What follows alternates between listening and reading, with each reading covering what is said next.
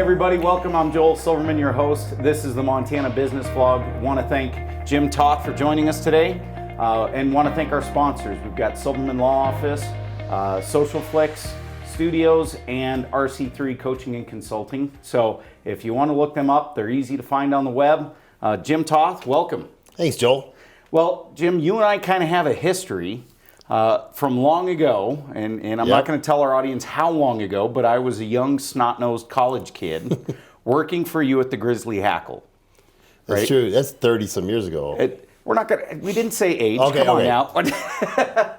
But before you got in the fly fishing world, tell me about yourself. Tell me, where'd you come from? How'd you end up? Where did history travel you to Montana? Sure. Right? What got you out here? Well, I grew up as a Midwest kid, born in Indiana, raised in the St. Louis area. My dad was a big outdoorsman, so I would fish all the time with him throughout the Ozarks and the Midwest. Hiked, was in Boy Scouts, got a real love for the outdoors. Even though my dad moved from Pennsylvania originally to Indiana and then ultimately to St. Louis, he was a McDonnell Douglas guy, engineer for McDonnell Douglas, space race. That's how I was raised around all that stuff. But yeah, he always had a real outdoor bent, and that's when he and I really connected. And so I knew time to go to college, I knew I wanted to get something in the outdoors. And I just had a chance to get exposed to a lot of farmers and ranchers around that area, as well as outdoor pursuits. So I went to University of Missouri at Columbia, Mizzou, and ended up with a degree in agronomy, and also a little bit of a master's in ag business. Having had no ag background myself, but just loved it. And had a great opportunity when I went to work for Monsanto right out of college. I got Western Montana as a sales territory. So, I got to have the dream. I always said I listened to too much Allman Brothers or John Denver or something that got me loving the outdoors, and had to come west. Yeah. Yeah. And so you get through college, you come out west for a job. Mm-hmm. Yeah. Right? That gets you to Missoula. Yep. And you're working for Monsanto. That has some challenges. What makes you switch from corporate America job in the ag world to the fly fishing world? That's a great thing. In the small world or fate kind of situation, when I first got to move to Missoula, they said go find a place to live in Missoula. So I flew over there on January 2nd, and it's got to be 81. And for those first 2 days I was in Missoula, it was nothing but smog. Remember the old inversions? Oh, yeah. I said, well, I won't live in this. I couldn't wait to see the mountains. I couldn't even see the mountains for the first 2 days back then. So I found in the paper a little cabin for rent on Rock Creek out east of Missoula. Mm-hmm. And Doris Ekstrom had this little cabin for rent behind her restaurant. Yes. And I rented this little red cabin on the banks of Rock Creek and just thought it fell in like hog and slop. It was great. Yeah. So rented that little cabin, and then for about 5 years, I basically ran around Western Montana getting to know all the farmers and ranchers in that area. It was an interesting time in agriculture because what we consider pretty common, this no-tillage or no-till practices, was cutting-edge agronomy back then. So I was able to get with a company that was the lead in its industry.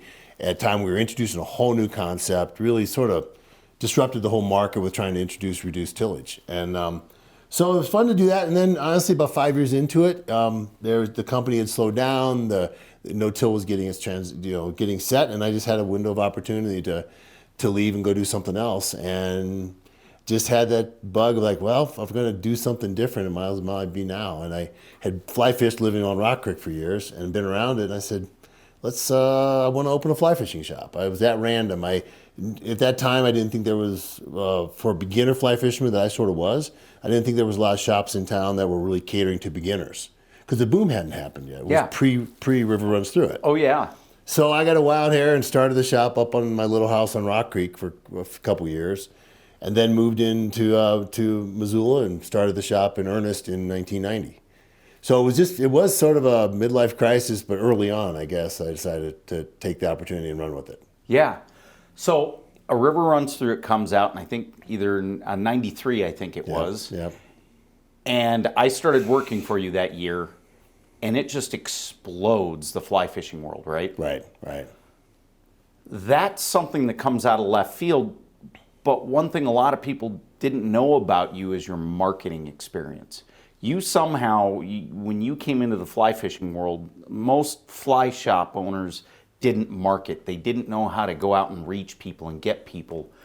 you did. How did that marketing come about? Because most fly shops were nothing without a river runs through it, but you already had momentum in 2 years built up before a river runs through it came out.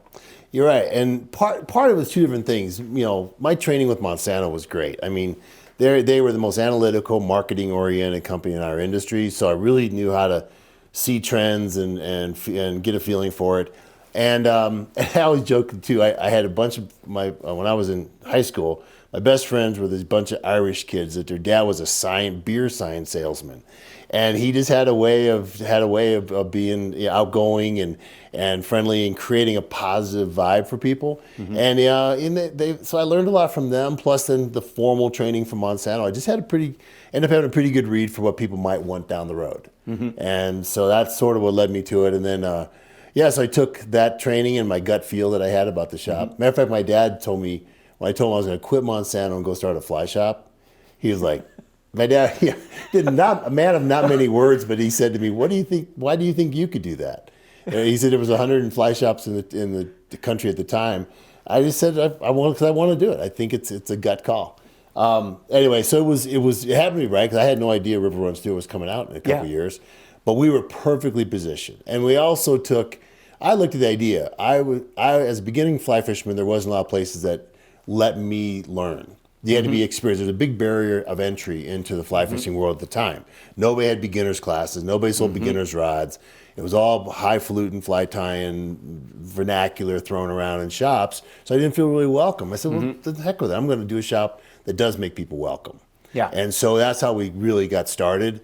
And we opened up and had beginners classes and got a women's fly fishing club started, a bunch of stuff like that. Yeah, and then when the movie hit, we doubled our sales in 1 year on that, and then it just kept booming since then. So again, it was a great run. Did about 14 seasons altogether. It was a great time. And then that's where you meet your wife. Yeah. As well, you're owner of the Hackle. And what then makes the transition to say it's time to sell? Well, a pretty example, like I said about the Monsanto time, we got to introduce no-till to the ag industry. And then once it got established, I'm always maybe ADD enough to say, well, what's next? What's the next cutting edge thing? So I jumped into the fly fishing thing, and boom, we rode that curve up. Then when it started stabilizing off a little bit, and there were more shops in town and all that, I started watching all my clients go from being just weekend fishermen and locals to guys that were coming over, and you get somebody on the river for a week. They're all uptight that first couple of days in the boat, and then they relax. And by the end of the week, they all say, "You know any real estate agents around here?" And it was sort of, I saw this moneyed group of people that I got to spend the time with, deciding that they really wanted part of what was making Montana special. I guess that's good or bad, depending on some people's opinions. But I decided, well, I want to, there's got to be a way for me to be more intimately involved with these high net worth individuals coming here. And it literally came in an interesting form. We had our fly fishing lodge. Cass and I ran the lodge. And one of my clients was a commercial real estate developer out of Florida. And he really loved our lodge experience. When you go to a lodge, and you've worked at them, been at them, there's an intimacy you get with that experience, but it's an outdoor experience, but then you get to get back together as a group, as a family for dinners and breakfasts. So that guy loved it so much, he said, I think I want to try to do something in Montana. Would you want to join us? And so Cassie and I sold the shop, and we joined him, and he bought 2 ranches, one on the Big Hole and one on the Beaverhead. And we launched a thing called Silverboat Club. It was basically a shared ranch kind of model. And where that came from was out east of Missoula used to be a place called Crystal Creek. And Crystal Creek was a group of 12 guys from San Francisco.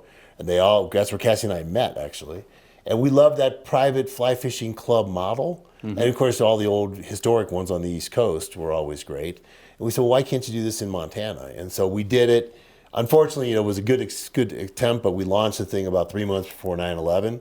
And so it just, while it got started great, I got a baptism by fire about real estate, and it really tanked out on us pretty hard. So, but yeah, it was a great. So I transitioned again from the fly fishing into the real estate, and still all based on the appreciation of being out on the water and having this camaraderie with other sportsmen. That was still the driver behind all this. But anyway, that's how we got started in the whole real estate world. So you and I kind of lost touch of each other at that time. Yeah. After you sold the Hackle, I was guiding in Idaho and South America and traveling around the world. And I started guiding in Dillon when when Silverbow Club kind of collapsed. Right. And so we'd lost touch again. We'd run into each other once down there, and then we lost touch again. And we never really got to have a conversation that time because I was always so curious. Okay, here your financial world kind of gets yanked out from under you, right? Yeah. And you hadn't really experienced that in life. And some people either they crater or they step up to the plate. You stepped up to the plate, right? You didn't give up. You didn't give in. You kept pushing. What was that like? What drove you forward? What made you see the next vision? It's a good question. It actually. It goes back a little bit to what I was saying earlier. Is I was raised by a pretty corporate kind of family. My dad, you work for the company for 40 years, you do that. But I had this entrepreneurial bug in me, but I had no experience about being an entrepreneur. You know, how do you finance this? How do you make it work? There's nobody to fall back on. So it was a little bit of a fall and get up and fall and get up.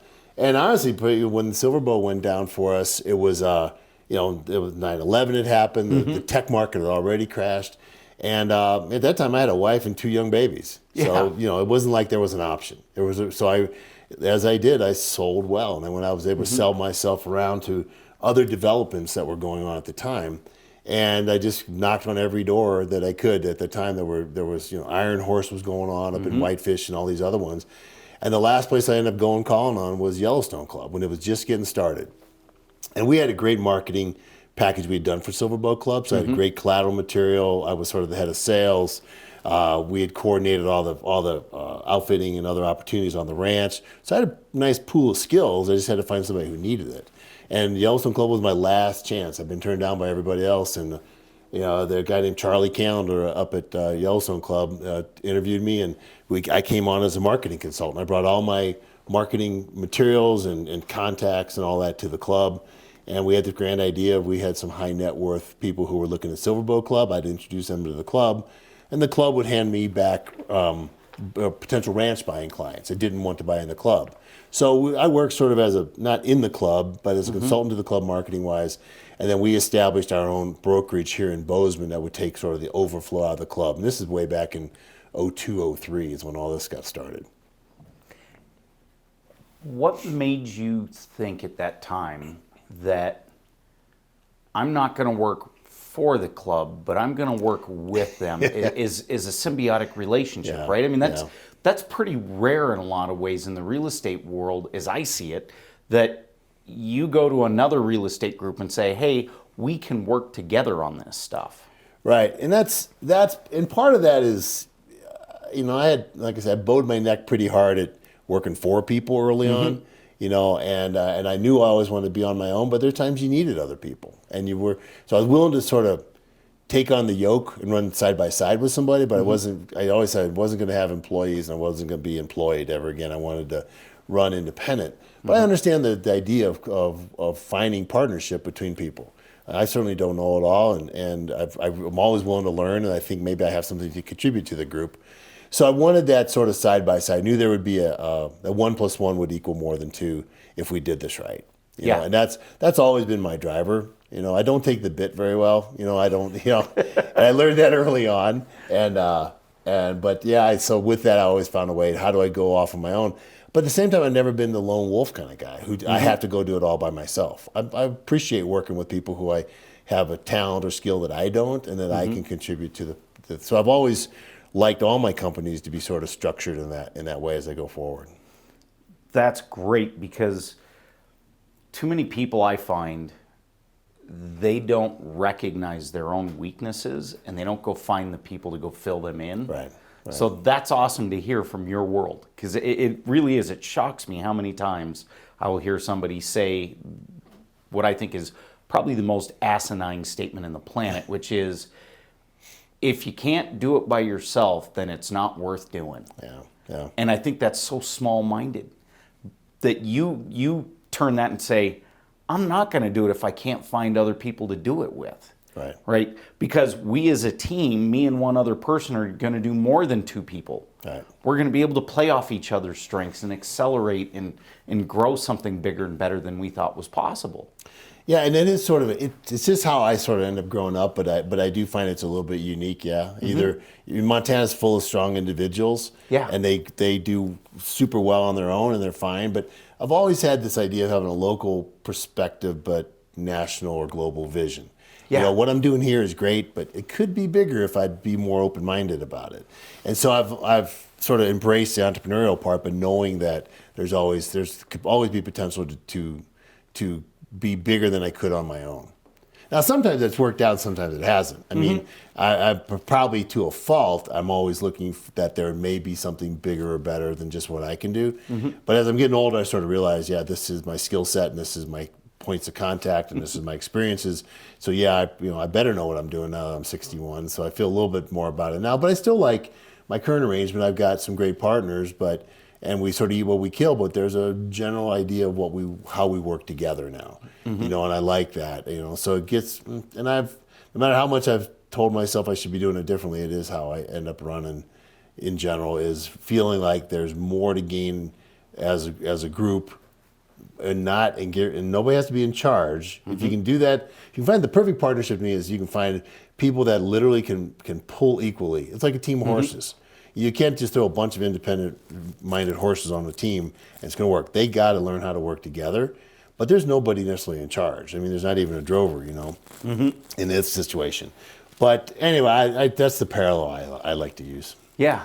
And then also the sports analogy. And my wife says, by the way, I live my life in analogies, so she's probably right. It's like a team thing. There's no I in team and all that. I've always thought a team would be better than a group of individuals.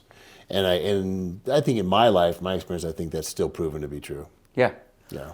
So you get to working in conjunction with Yellowstone Mountain Club. Yellowstone Mountain Club's blowing up. We're pre-2008. Yeah. What's life like? What's happening for you? The ag world's blowing up. I'm an attorney in Butte. We run into each other in a transaction, which was great because we hadn't caught up in a lot of years. Yeah. Kind of tell us through that story before the big crash. Yeah, it was great. It was interesting. Yeah, you're right. So I joined with the Yellowstone Club. What their idea was, if they had brought a buyer in that didn't want skiing, why lose them? They would refer them to me, and I'd sell them a ranch or a fishing property or something like that. In the same way, my fishing or guided clients or fishing or ranch clients might want a membership in the club. Honestly, we were doing just fine on our own. The club was selling like crazy at the time. I was doing great selling ranches on my own. And actually, the first really big ranch transaction I ever did was when we connected back through your old office in Butte.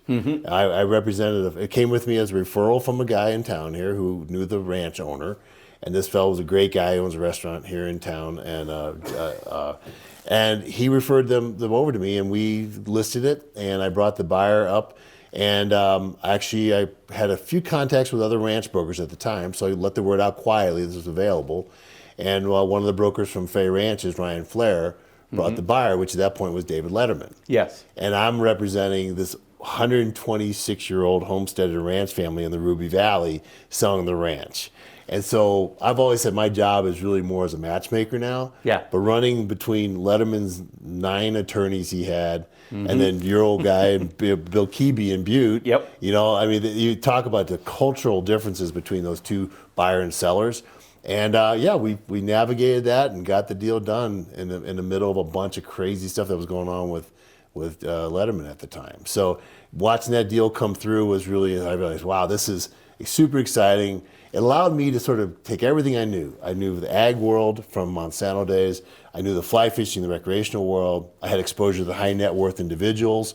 And this is a perfect job. I could put it all together into one thing, and all those pieces of experience I had could be put into one pool at the same time, and navigate those deals. And it also just, I love the chase of the deals. Yeah. I love the chase of the challenges that come with this, and we were able to get that deal done. And that was our first deal, and that was my first really big ranch deal we ever did.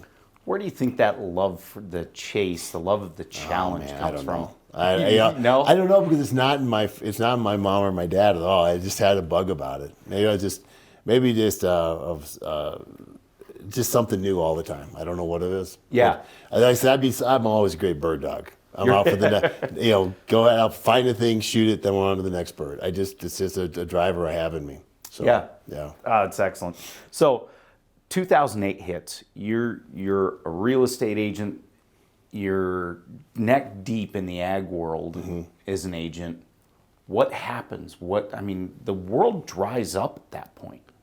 It was a big change. So after this transaction we just talked about, I joined Fay Ranches at the time, and we were having a really great run. We had a lot of great people on staff at the time. So we were all at Fay Ranches. We were having a great run, and then everybody was doing really well. But I guess we all sort of thought things were going to go on forever like that. Yeah. And when all of a sudden the things just came to a screaming halt, it was a super challenge. We all sort of ended up dispersing and going our different ways. Some people went to one brokerage, others came to mine, and went elsewhere. And it was a rough time. Yeah. And so we were on the good side of that mountain, and the downside of the hill, we just had to learn to change. I mean, the opportunities were still there. Instead of everybody be excited about catching 20-inch trout and shooting 400 class bull elk, it all of a sudden came because okay, now let's go be tough and go buy some ranches that are struggling.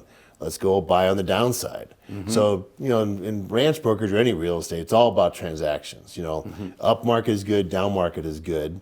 And so we were in a down market. So we all sort of had to learn to retool and learn how to operate in a downturn market. So completely different way to market, completely different way of who you relate to, who you represent, and all that sort of changed. And we figured it out and made a go of it. We sold some good stuff during the downturn. It wasn't pleasant transactions, but we got things done. Help walk us through that, because I think there's something to be gleaned from when you shift your marketing. What was the old marketing like? What did you shift to, right, that made the difference? It's a good question. At that time, that run up, that 04 to 08 kind of run, was a lot of speculative money in my mind. People were coming here. Appreciation was 20% a year for 5 years in a row on ranches. Yeah. So it's almost like you could do no wrong. And by the way, you got to fish and hunt on it. So it was a little bit, it wasn't that casual, or cattle operations were reasonable to run. And then when it downturned, you got away from people's fun money and you got into their investment money. And it was a much more serious transaction. So the marketing was much more about the return and where's the bottom going to be at the market, and when do we come in, and who really needs to sell. So buyers and sellers changed dramatically in a year, or less. But honestly, I guess some of my biggest transactions I've ever done were in the downturn of the market, weren't necessarily in the upturn. We did well in both, but just a different kind of way. So you had to go from being more of we used to call it a fun hound. It was about how to enjoy the land and how experience it, and it's a really positive thing, almost like when you're on a guided fly fishing trip, right? Yeah. So all of a sudden now you're into the real investment money, and so you had to become a much more seasoned professional, a lot harder nosed, and just marketed in different ways. And so we had lots of people. We had some buyers and sellers that were just could handle that pretty well, and we had other buyers and sellers who just really took a bath and really had a real hard time with it during that time. So it was, but that's the reality of businesses. It isn't always great. So we rebuilt. We rebuilt after that, like I said, there's always some lean years in there for sure, but we were able to rebuild. And then a lot of us left, and we regrouped. There was a lot of movement within the ranch brokerage world during these transition times as well, because people are going places when it's positive, and then they're going other places when it gets negative. So we all sort of bonded together and came up forward with a new model. And this new market's really a lot different kind of market than it was back then.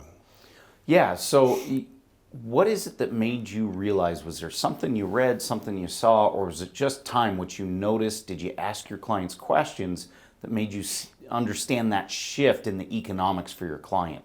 Because the reason I ask this is, I don't think we as business people on average spend enough time asking our clients where that income's coming from, or that money's coming from, that buy our products or services, right? Yeah, that's a great point. A lot of I think we in the uptick of that market, we were in people's discretionary income a lot. It's a vacation thing, the ski condo, fishing property in Montana. And then when we shifted over to dealing, now it's their investment money. It's no longer, now you're really dealing with their milk money. You're not just the fun money at that point. And so we, a lot of people just had to go away. A lot of buyers just got way over their heads and they just had to get out. And we tried to help them. We got them into the property and we sort of say, what's your goals? I need to sell this super fast. I need to get so much out of it. Or just give me what you can, I'll reallocate that asset. So the conversations were really different, much more different. And it was taken about having a good long-term relationship with these people. You got them into the property, now is there a way to get them out of it? And a lot of the other part of it, there's always been a pool of buyers who were never going to buy in the up market because they just thought things were getting too hot, overheated. But guess who had the cash when the market crashed was those cash buyers. And so we sort of went to guys that were prepared and looking for deals. And so we had to change our whole method. It went from an experienced kind of a buy early to more of an investment-oriented transaction, whether it was a buyer or seller, during the downturn of the market. And so you see a lot of realtors getting sloughed off in the market, right? In 2008 through 10, when people aren't buying a lot, not just in the ag side, but in the residential. Right. How do you maintain yourself through that time, maintain your positivity, looking into the future, saying, okay, I know this is going to turn, we've revamped our marketing, we're staying afloat. Yeah. We may not be killing it, but we're staying afloat, right? Right. How are you seeing into the future at that time? And when you think back, like to say, look, this is like any cycle in business or the economy, we're going to pull out of this too. Right. That's a good point. I compare a lot to, look at ranchers. When the market's good, everybody can be at home working, right? And when the market gets tough, well, somebody's got to maybe go work off the ranch to float the boat for a while. And that's, for me personally, and I think a lot of real estate people, it got real thin during that time. And I actually went back to my old agricultural days and went to work for a major ag chemical and fertilizer company at the time, consulting with them because they were trying to figure out how to get to their large growers directly. And of course, you remember when real estate was terrible, commodity prices were awesome. You had $9 wheat when we had terrible real estate prices, right? Yeah. So I actually tipped back into that world and went to work for a company that because of my ability to talk to large growers and farmers and ranchers, we helped them transition into selling more directly to those large growers. So I went back that time, but at the same time, I kept my real estate business alive and we did transactions as they came to us and were available. But yeah, so I sort of worked off the farm there for a while to be able to float it. But I knew in my heart of hearts I really wanted to come back into ag, and I always used to jokingly say, God, just give me one more real estate boom. And it came. We were really blessed that things turned around, and I was able to leave some of that other work I did behind, and decided, that's the point where I decided that with any market change, there's opportunities to retool. And I kept looking at the current models that were in a lot of real estate worlds, where there was a key guy at the top and a lot of people working underneath him.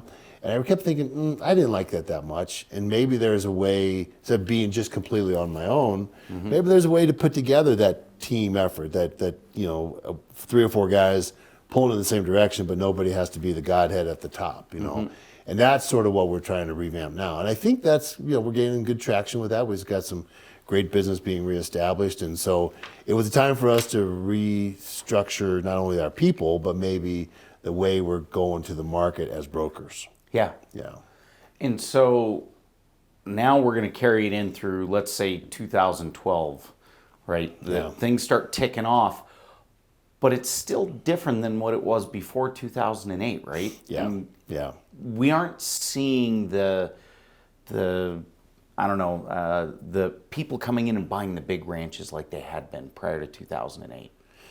Well, there are still large transactions going, but it's my personal opinion, I'm no economist, but I do agree, there's a lot more money concentrated at the top, and those guys at the top had the more money, so when the market started to stabilize, those are the first things that came back were the really big guys with available cash, and they started buying large ranches. They were looking for big places, not a bunch of small places. So interestingly, the large ranch market started recovering before the medium or small size ranch became, because that's where the guys that had money. After the Wall Street turnaround, there was a lot of money at the super high end, whether it was funds, whether it was REITs, whether it was somewhere else, there was a large concentration of wealth up there, and they wanted larger places. And the other big deal that changed. We used to be conspicuous consumption was the adage back in 05, 06. Yeah. How silly a place can I be? How much can I brag that I overpaid? How much of a crazy trophy house could I build on a place? Yeah. That all of a sudden changed to like being, I can't remember the exact term for it, but it's smart. You're spending money, but it's smart money. And people are still paying significant amount of money for ranches that go way beyond their ability to generate a real return. But we have found that the focus on large contiguous operations, whether they were farms or ranches, was the biggest draw. And I think it was people didn't mind paying a fair amount of money for the place, but no longer did they want to continue to feed it. Yeah. That once they bought it, they wanted to have at least the operation, cover the taxes, cover some improvements, cover the employees, that kind of stuff. So it was a real focus on productivity that was never there before. So with that, really large cattle ranches, sometimes really big farms, especially with $9 wheat. Those were the big things that started the comeback, was those really large places that could float themselves. And only here in the last 2 or 3 years of this return cycle have we seen more of what I would call more of the affinity buyers. The guys in the middle that have healed up pretty well and could afford, now they could have that golf club or the beach house.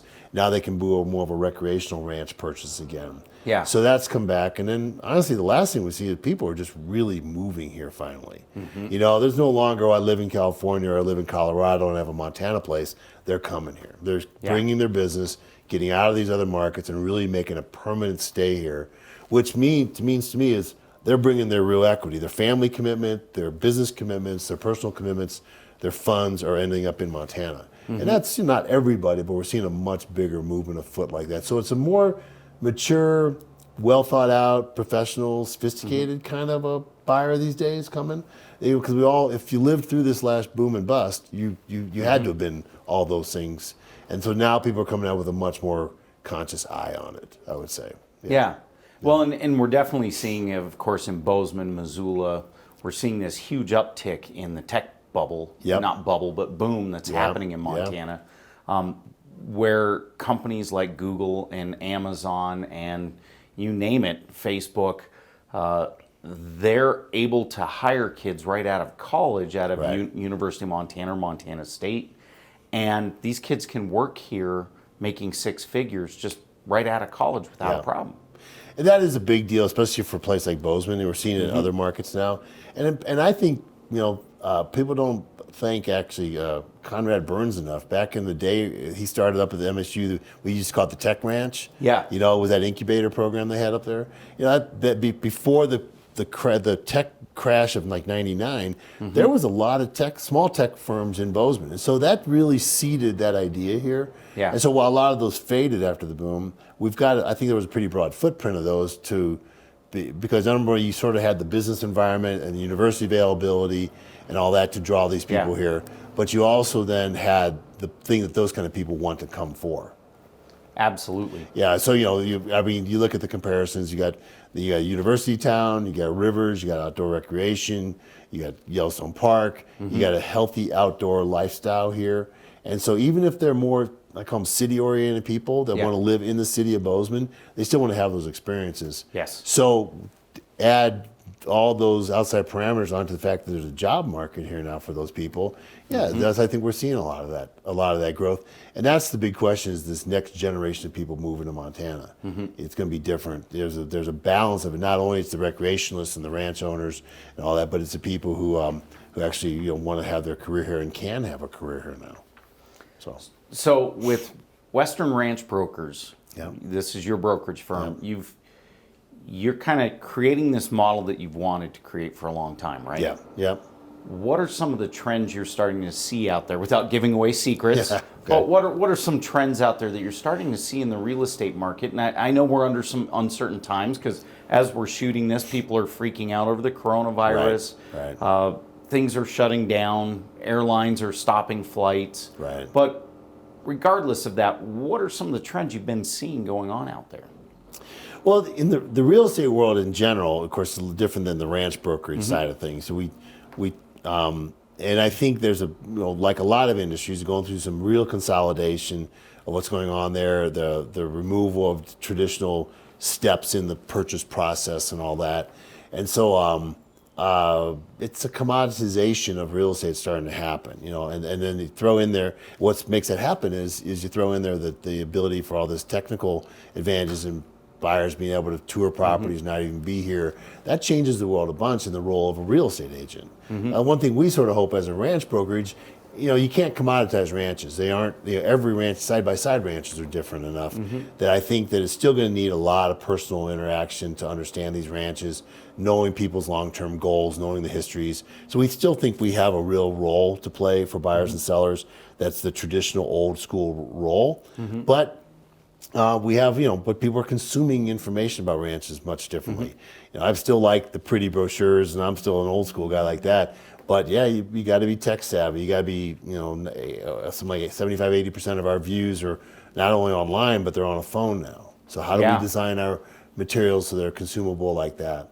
And this reminds me of the old fly fishing days. Remember when the internet first came on and fishing reports and river levels were online? Yes. Guys used to call us at the Hackle. They knew more about what was going on the river, on the Bitterroot that day than we did, because I hadn't checked. I got a guy sitting in Seattle saying, hey, I see the river drop 2 inches today. How's that going to impact my trip? And we have the same kind of thing. Well, I think the ranch consumer, whether they're buying or selling ranches right now, they love to be in and around, figure out what's going on, what are other guys doing. So even if they're not buying or selling, they're always consuming. I think that's different than once somebody buys a house. I don't think they're always looking at house buying, a day in, day out, as much as the ranch guys are. So the ranch guys and my old fishing clients are a lot more alike. But it is a different way to consume it. And I think one of the biggest things coming is for lack of a better word, is aging out process. There's a lot of older ranch and farm owners, whether they're production guys that have never sold, or they're wealthy individuals that are going to transition in and out of their families. Yes. And I think that's our next big challenge is who are the new farm and ranch buyers coming, whether they're production folks or whether they're, more of a high net worth owner who's a part-time owner. Yeah. So that's an unanswered question for us, and that's one thing we really need to focus on. So, Jim, we've been on what historically has been the longest economic boom in our country's history. And as we've talked about in the past, on a down cycle, it tends to weed out the fluff, right, in the real estate market, in the real estate world. Now we've been on this big, long run. What do you see is next in the real estate world that's, are you seeing a downturn? Are you seeing a slowdown? Or what's happening out there? That's a great question, and if we can answer that, we'd all be rich. But that year, right? This prolonged run has caused a lot of uncertainty in our buyers.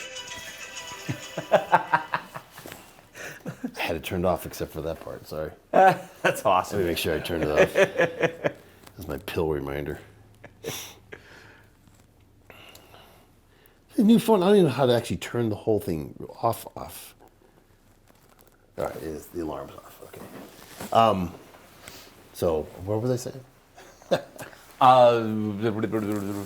Talking about the the prolonged run. Prolonged run. So So to answer your question, most people that are pretty seasoned in real estate these days knows we've been on this really prolonged run, and there's always been a cautiousness about forward looking or forward projecting.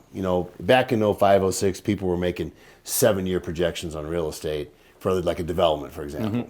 And I'd say that, the best thing anybody gets given in the last few years, especially we've been tipping over into this longer cycle, is maybe a couple-year window. Now the new stuff right now is, nobody could have said coronavirus. That would have been a deal. We thought we probably could have lived through an election upheaval, and there really is no financial bubble in the real estate world, from what I understand. People are saying it's not a mortgage-based thing anymore. So I have a feeling there's going to be an adjustment, but there seems to, because there's not a bubble, because there's been a controlled amount of inventory coming out onto the real estate market. And again, this is a ranch guy talking about houses, but a lot of my buyers are in the business. There's been such a controlled amount of inventory going out in the open market that there's, last time when the market crashed in Bozeman, there were thousands of potential lots being developed that all stopped. I mean, today, if it all stopped, there's probably 400 lots, and this is a hot part of the market. So there's not a lot of over inventorying anywhere around the country from what I've heard. If you take out of that the historically low interest rates we've had and not a lot of the liar loans that were made, the bad loans out there, most of my guys are saying they don't expect a huge change in the real estate world. The bigger problem would probably be some of the more properties that were based on liquidity and credit, some of these people riding their stock market upticks to support their ranch habit. Now that kind of stuff we always thought that there's going to be something's going to slow down in that world. But honestly, this is not being the over optimistic real estate guy, but there's an awful lot of money still waiting on the sidelines. There's still an awful lot of money looking a place to land. That I think that 2 years ago, I had people start to say, let's get a fund together, and when this market downturns, let's go hunting for properties. So I think it's been a much more mature, much more sober growth in this market. And yeah, there's going to be a few people that are going to have made mistakes, sure. But cascading huge series of events and people are going to lose all their houses. But hard to say that that's going to happen. Never know, as we found out today with with Corona thing. But it I don't know. I'm not that. I know there's going to be adjustment, but everybody's been knowing there's going to be an adjustment. So I don't see a lot of panic in our world, and especially our more high net worth guys that we deal with. There's a lot of them are really smart, and a lot of them are sort of prepared for this. I think probably the single biggest thing this might change for real estate, at least as it relates to Bozeman and Montana, would be the ability for people to come here. We've had a lot of people selling at high numbers elsewhere in the country, and then bringing that big equity here and having to go pretty far. Build a house, buy a house, build a ranch, and still have a fair amount of money left over. My guess I've always heard is that they may not be able to sell as well where they're coming from, and so therefore not have as much total equity to bring to this market, whether it's in increased home prices or in the ability to come and start new businesses. So it's always smart to have a cautious eye towards it, but I don't see it as in kind of a panic like the stock market crashed in the past. Yeah. So.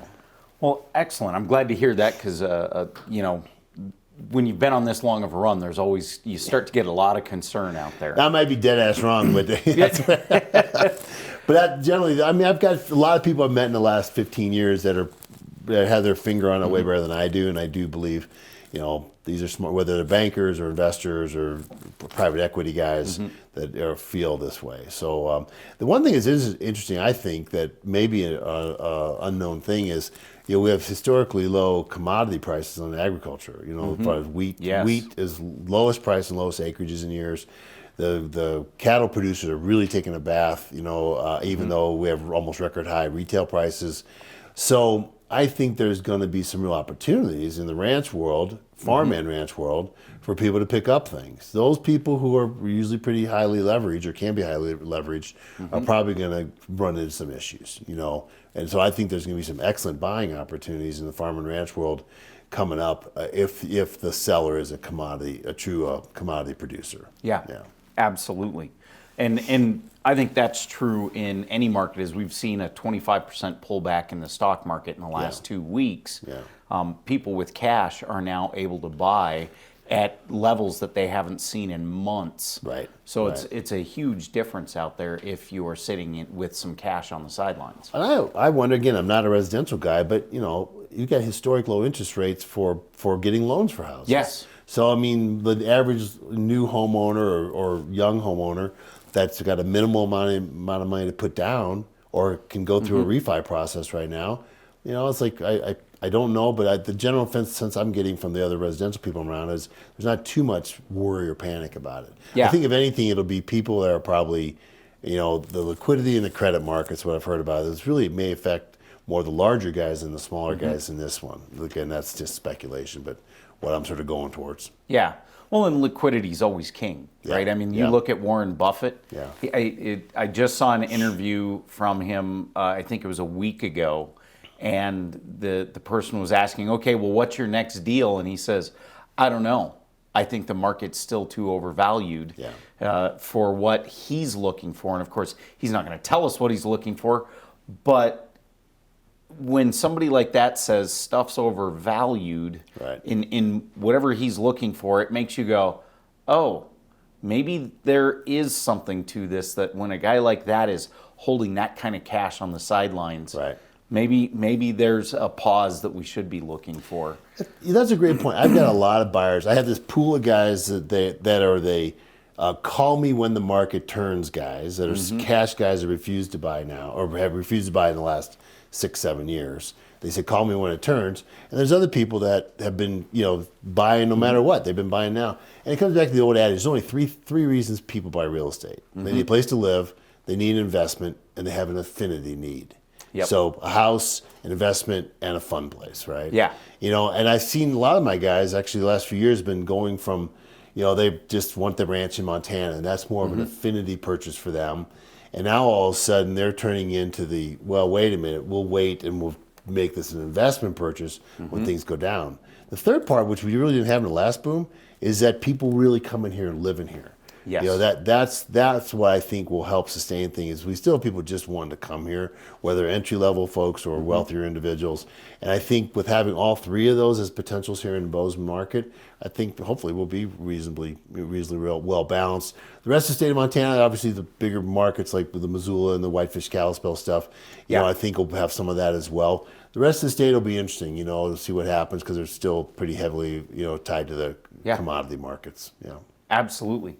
Well, I'd like to turn now. Your daughter's just experienced a pretty rough situation, if we can. Yeah. And this is kind of, I thought was a pretty cool dad moment for you.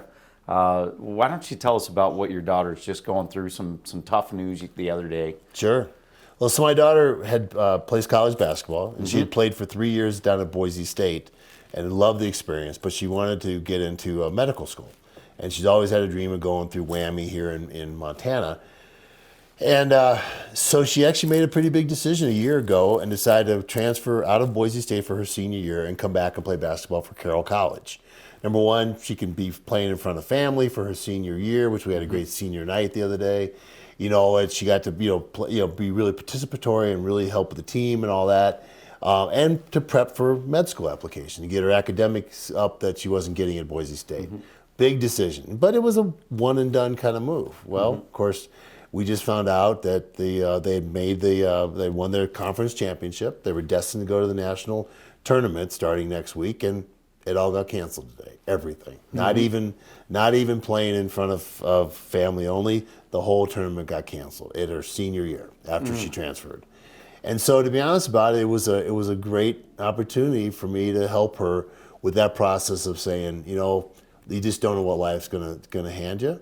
You got to be prepared. It can be something that can be turned into a positive. Many moves I made in my career I got surprised. The tech bust, the 9/11, the stock market crash. All the things I could never project in my life were probably the things that really shaped me into what I am now. And so I was able to sort of have that moment with her and say, let this is one door closes, another door open. Your door just closed a little retroactively on you, about the tournament. But the bigger thing, and we were talking about this, my kids, grew up around fly fishing. And, I thought my wife and I were talking about this the other day. Cassie and I said the very best times we've ever had in our life was when we were on the water. And when we were broke, starting to shop with 2 kids, what we do, we floated the Clark Fork every evening when the shop closed. No money, but we had a great time on the water, right? And so and Emmy and my son Jackson both have discovered fly fishing on their own as young adults now, and they really enjoy it. So I literally, in the point of the conversation I had with her today about basketball may be over, but you know what, Em? It's time to go fishing.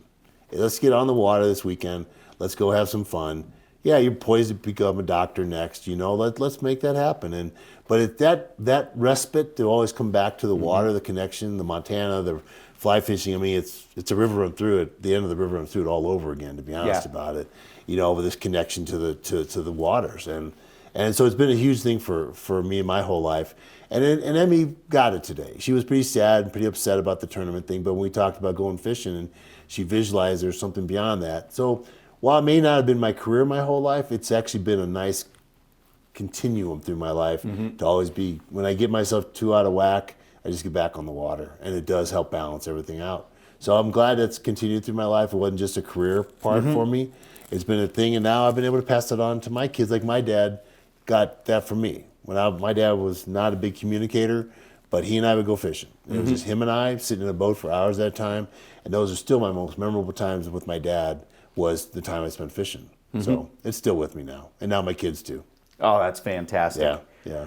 So when we started talking off camera, one of the things we were talking about was podcasts. And like you, I'm a big fan of this guy too. So Joe Rogan. Yeah. Right? Yeah. And he's such an outlandish character. Yeah. And his podcasts are outlandish. What draws you to him? It isn't so much him, but it clearly comes from him. It's the casualness of his interviews. I mean, he gets people on there, and I've seen, there's everything from MMA fighters to Elon Musk on there. People have this real casualness, and he's able to get people to just talk about things in a unscripted manner and really comfortable. Now, I think he may smoke a little pot along the way to get him comfortable, but which we didn't do, by the way. No. But no, I think that's why I really he always seems to be a student. He seems to be genuinely interested, no matter who his person is he's interviewing, and even if they have a completely contrarian point of view to his, he's willing to listen to them and willing to hear it out. So I like that. I like that part of him, and I like honestly the depth that he gets to with his people as far as interviews go, without being combative. Yeah. Yeah. And there was one other thing I want to finish with this, because you had a really interesting take on TED Talks about why you like them. Oh. Because I'd never broken it down like this, but I thought you did an unbelievable job of breaking it down. Oh, well, I don't know about that, but yeah, I would say so. I'm not a big consumer of social media. I am on there enough to be around it, but and I see there's all kinds of stuff that pops up. But the things that have caught my eye on these TED Talks is it gives an audience to people that might not have an audience. Like, I like all different subjects to look on there, but like, you have some scientists on there who discovered maybe a situation of how this environmental factor caused some gene to mutate in our past, and it would be the most driest paper that nobody would ever read otherwise, right? But this guy's got 15 minutes to get me fully engaged and let me know all about that research project, and a thing that I would never have known about, never have taken the time to delve into, but it's concisely presented to me in the time that I know I'll still pay attention, and he gets to have a platform that's just amazing. And I found myself, I was drawn to the science ones to start with mainly, but some amazing talks from all different fields, spiritual, medical, scientific, economic, population. It was just, I really enjoyed that. And then so I think while there's a lot of negative things about social media and some of the digital stuff these days, to me, these are the jewels that are going to pop up, is that ability to really gain true knowledge, not just data points and not just even knowledge, but we maybe even get some wisdom out of this. And so TED Talks, not all of them, but the ones I've watched really, I think, have an opportunity to watch these people pour their passion into these 15 minutes. Yeah. So I enjoy that. Yeah. I'm with you. I have gone through pretty much everyone on business on the TED Talk platform and marketing. And it's funny because I'll watch these marketing ones, and then I'll say to myself, that's what Jim was talking about when because I have this memory of stuff that we do back in the fly shop, and I'd always wonder, why in the heck is he doing that? What is it? Right? Because I love to study people. I love to study why we do things. Yeah. And just watching someone like you, watching your brain go into market mode, it has always been great, because I never understood it until I got older in life, and I was going, that's why you do that. That's why people react a certain way to you. And so it's been a pleasure. Yeah, so you too, Joel. It's great seeing you again. Absolutely. Glad we had a chance to reconnect 30 some years later. Oh man, how crazy is it that there I was in college at U of M as a freshman working for you, and then here we are, almost 30 years later, just getting to sit down and have this conversation about it. Well, I loved all you guys that come in who were, you could tell the guys that came in, so every college student wanted a job or wanted to be a guide, and we just talked about earlier, there's a certain number of them that said that guy's something's gonna happen. He's got it on. He's a great intense fishing guy now, but there's gonna be something bigger for him later. And you're one of those guys. Not a lot of them made the jump, but you have. So it's been fun to see your success too. Well, I appreciate that. It's been a heck of a great ride. Fun. All right, Jim. Kind of reflecting back and from 30 years ago when I first started working for you in that fly shop to now. We oftentimes see big changes, but we also see similarities in each other. So as two professionals now, 30 years later, what are those? That's a great question. And I think you and I identify with that. And part of it for lack of a better word, is that maybe we both enjoy being market disruptors. What's next? If the status quo is this, and I don't just want to be status quo, how do I become bigger? I've always said there's always room at the top. If you're going into any industry, there's always a better way to be doing it than the top guys are. And I think when I watch what you're doing as an attorney and your tax business and everything else, that to me is what I see you doing in your business. And I think what you and I identify, because when I went into the fishing business, I wanted to be different. When I went into the ranch business, I wanted to be bigger and different. And so I think maybe we don't mind, being the one out there sort of stirring the pot a little bit and looking for what's next. For me, one of the things that's still the same, that's great to see, is you're still the same old marketer. And I'm saying that with a sincerity, because it's not that you're using the same old marketing tools, but you were always a different marketer before in the fly fishing world. Before travel fly fishing became a big deal, you were figuring out how to get people in your hometown to go travel with you to go fish the spring creeks in Livingston. How could I get people to take me fishing, in essence, right? And then here you are, and we didn't release any of your secrets today, but when you and I get to talk offline, you're telling me, hey, Joel, what do you think about this marketing idea? And you're bouncing stuff to me, and I'm like, wow, that sounds pretty cool. Is anybody else doing that? And you're like, no, not that I've seen, right? Or I see you do something, and I call you, and I'm, Jim, why did you do that? What made you do that? And you go, well, it was either this or that, or I don't know, I just tried something different because I hadn't seen it out there. I agree. And that is sort of true. I mean, a lot of it, I'm always looking for how do I get an upper hand? How do I see who's up there, and how do I get beyond them? I told Emmy one time, I asked her one time, would you rather be, and normal people don't answer it the way I would, but in her basketball experience, I said, okay, 30 seconds left, and there's a 2-point differential in the basketball game. Would you rather be the team with the 2-point lead and playing defense, or would you rather be the guy down by 2 with 30 seconds and you got the ball? I'm the I got the ball guy. Yeah. I'd always want to come from behind. That's the way I've looked at it. So when I come into these mature markets, I'm like, well, you're up there, but I got the ball. Yeah. I'm down, I'm behind you, but just watch. So I think that's how I've always looked at it. It's the challenge of it more than anything else. And the selling parts, that's just the selling part. One time, Paul Roos, we were at, I ran into Paul at a Carroll College basketball game the other day. Yeah. And Paul, people don't know, great old experience, the grandfather of outfitting when I first got started, and just really respected Paul. And we were at one of his big rendezvous for all of his guides that he had. And he's introducing this guy who guided in Alaska, and this guy who was the world-renowned fly tyer, and this guy's got all this history. And he goes, there's Jim Toth. Watch out. He'll sell you something. So I always took about it. Yeah, I guess that's just always been my idea. How do I get a bigger foothold, and and I think a lot of it, I took a personality test back when I worked for my Monsanto days. And literally, I was working for Monsanto, and I took the personality test. It says, I like to help people have a good time, was the two things, And I realized, well, I'm destined to be an outfitter then. Because I always said, so how do I help people plan their enjoyment? How do I help them do this? So I'm always thinking about other people. And that's another thing we were talking about. I went to talk with a couple guys. There's a couple great guys here I work with that do some other work for me on video work and all that. And I kept talking to Cass, why do I like these guys? Why do we get along so well? And it's interesting, almost every one of us has this, for lack of a better word, customer service background. Yes. Almost all have been fishing guides. Cass worked as a lodge, as a wrangler and a chef at a lodge. This guy worked at an Alaska camp. This other gal was a cook at his Alaska bear camp. And we all had this idea that it's not about us. It's about other people. And I think if you do take care of other people, even if you don't gain from monetarily, you're going to feel a lot better about yourself. And then you turn around. I guess I've always wanted the good guys to end up winning. Yeah. If you do it the right way and you help people. The short-term gains might not be there for you, but the long-term ones are.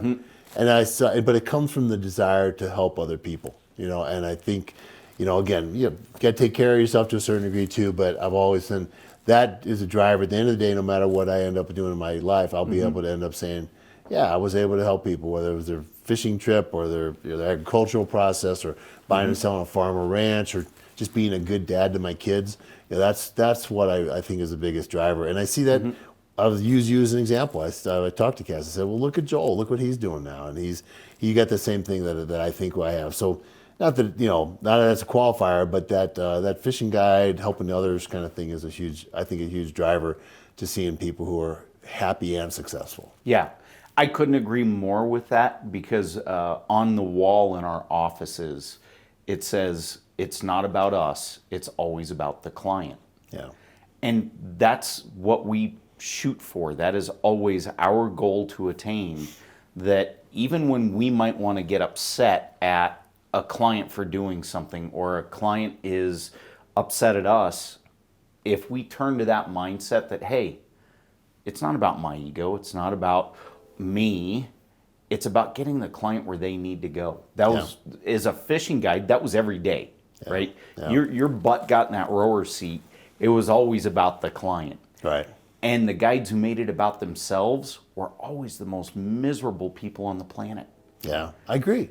So interesting. Do you remember Jeff Hull, who the writer? Oh, yeah. So Jeff helped me sort of frame this a little bit. And when we first started talking about how are we different as a ranch brokerage, because I come from the one side of our the fly fishing and the farming side, and some of our other guys are great cattle guys and some rodeo guys.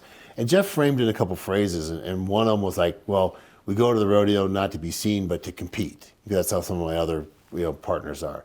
And in my side of it, he said, we don't fish that we can catch 20-inch trout. We go to help other people catch 20-inch trout.